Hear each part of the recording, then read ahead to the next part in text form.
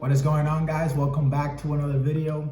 Tonight I need to get something off my chest. So recently I've been going through a little bit of a situation at work, and I'm not gonna lie, it's been bothering me. It's been on my mind lately. So I decided to talk a little bit about it, not only to vent, but because I believe it can serve as a good learning experience for someone out there who's still early on in their careers. Recently, I got called into a meeting by one of the higher ups in one of the companies I work at. And I found it odd because this person is not someone who I interact with on a regular basis. But there's no reason for me to assume the worst, so I went in with a positive outlook and I took the meeting. Fast forward to the meeting, it turns out there's an issue with some work I did around mid-December, end of December, and I'm being asked to provide a more detailed report of the type of work that I did and how I did it. For those that aren't familiar, it's typical for a company to have like some sort of timekeeping system, essentially, which logs the working hours of each employee and which project, how many hours they're putting into each project and things like that. And you usually fill it out at the end of the week, and this is used by the companies either for tax purposes or when they're billing their clients, the business to business clients. So I'm off to write my report, and the first place I go look is my timesheet. I look it up, go back a couple months just to see what I wrote down for my task at the time, and I start writing up my report. Everything's going well so far. I finish my report, I go ahead and submit it, and I keep working on with my current project. A couple days later, I get another meeting request from the same guy.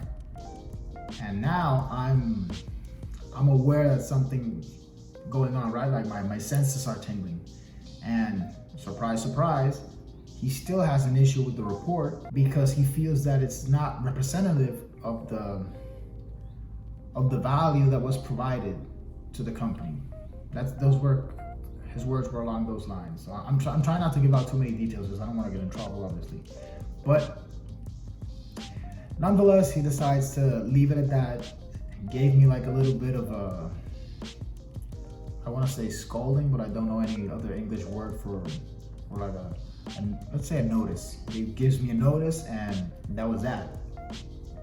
Now, obviously, the situation bothered me a little bit, but what mostly bothered me is something where I messed up, because when I first started working, my first job, first everything, one habit that I had was that I would track everything I did during the day, just to keep track of the work I was doing, not only for the timekeeping purposes, but for myself as a form of CYA, if you know what I mean. But for those who don't know, CYA stands for cover your ass, which is essentially proof you can use to demonstrate that you are providing value to the company in your daily work.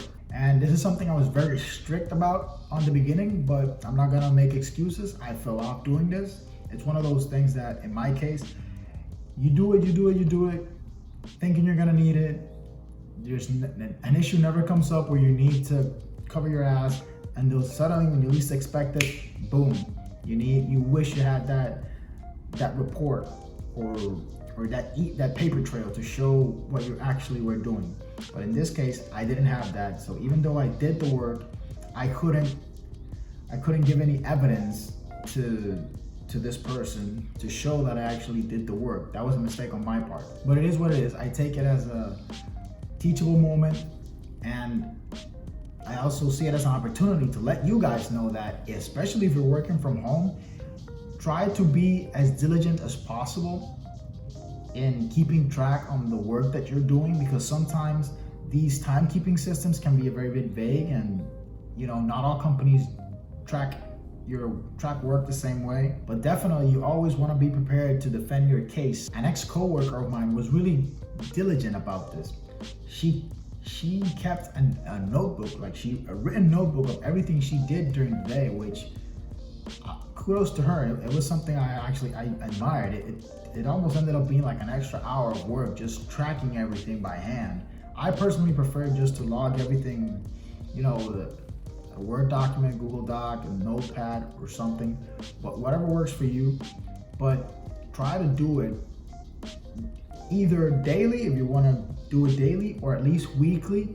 Write doesn't have to be a novel, but keep track of, I'd say, milestones depending on your particular job, right? Because for example, if I'm in software, every time I complete a ticket or a feature for whatever project we're working on, that's something I would write. Let's suppose if you're in sales, write the amount of calls you made per day, or how many closes you were able to make during the day. It all depends, adjust for your particular situation, but it's good to have a record that you can pull out whenever someone, let's say, questions what you're doing, or not even that. You can't even use it as a way to ask for a raise if you think about it. But lesson learned. Definitely, you best believe that I'm back on my record keeping habits again. Hopefully it serves as a heads up to any of you, because there's no harm done. It's just that it's best to, those are certain things that you best avoid, especially if you're just starting out in whichever career, or if you don't have a long track record working from home, because these situations are the very same ones that can be used against you to try to get you back into the office, for example, which is something I particularly had in mind, which is why I wanted to fix this as soon as possible. But anyways, I just wanted to share that with you guys. Hopefully it serves as a heads up, and I spare you the sour moment. Hopefully you got some value, learned something, and as always, I appreciate you for watching. Like and subscribe if you have not done so. That really helps out the channel, steadily growing. We're gonna get to 1,000 soon, and appreciate y'all. See you in the next one.